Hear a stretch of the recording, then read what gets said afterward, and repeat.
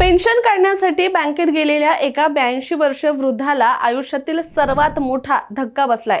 कारण खात्यातील शिल्लक रक्कम पाहताच त्यांच्या पायाखालची जमीन सरकलीये आणि हा आकडा पाहून तुम्ही सुद्धा थक्क व्हाल। बिहारच्या मुझफ्फरपूर जिल्ह्यातील कवी कामेश्वर मिश्रा यांच्या खात्यामध्ये तब्बल 759 कोटी 69,51,951 रुपये जमा असल्याचं दिसून आलंय। इतकंच नाही तर त्यांच्यासोबत आलेल्या दिव्यांग मुलाच्या खात्यामध्ये सुद्धा कोट्यावधींची रक्कम जमा असल्याचं समोर आलंय।